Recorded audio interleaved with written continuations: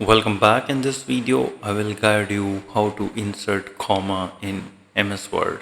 This is pretty simple and easy. For example, I have this paragraph and I want to replace this full stop from to comma.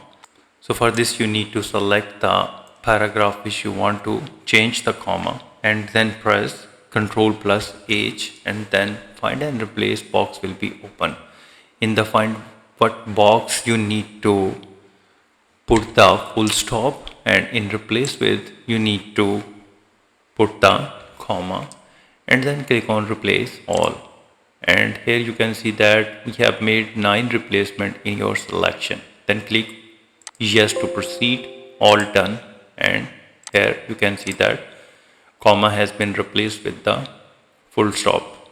And then if you want to replace the comma with full stop again, then select the paragraph and then again put the and then again press Ctrl H, and now in the replace box you need to put the comma, and in the replace with you need to type full stop and click on replace all, and here you can see that 17 replacement have been made. Click yes and click OK.